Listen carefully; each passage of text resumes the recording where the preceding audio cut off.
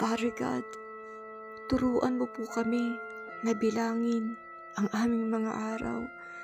Tulungan mo kami na alalahanin ng aming buhay ay hiram lamang namin sa iyo.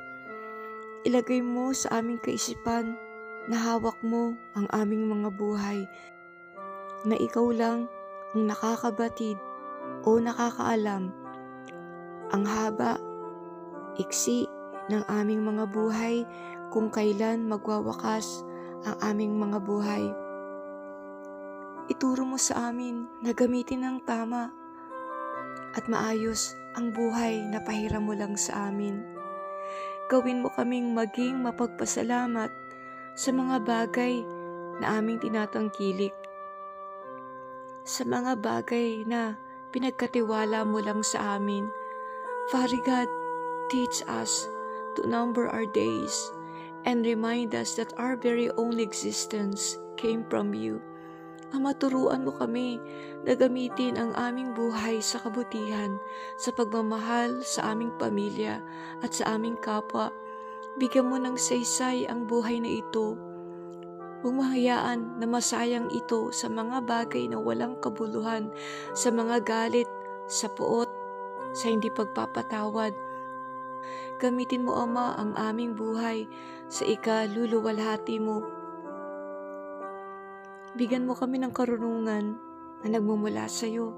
Higit sa lahat, bago mo kunin ang buhay na pahiram mo, dalangin ko sa iyo na magamit mo ito upang ituro sa mga taong naliligaw ang daan patungo sa iyo.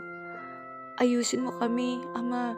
Hubugin mo kami at gawin mo kaming malinis, nasisidlan mo. Huwag mo hayaan na sayangin namin ang buhay na to, ang bawat pagkakataon, ang bawat panahon na binibigay mo sa amin.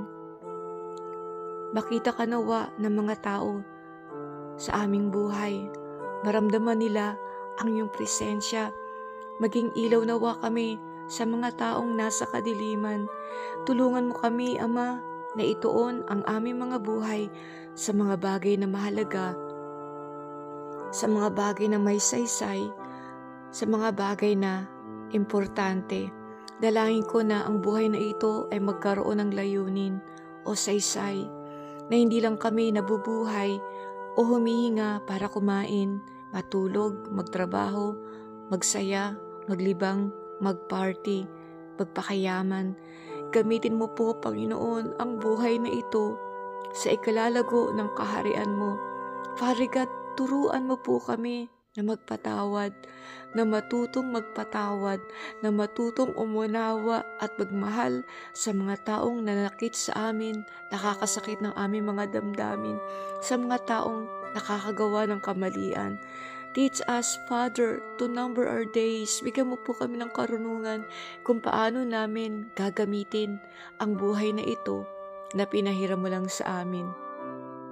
Turuan mo kami, Panginoon, na sa araw-araw at oras-oras na pahalagahan namin ang buhay na ito na galing lang sa iyo.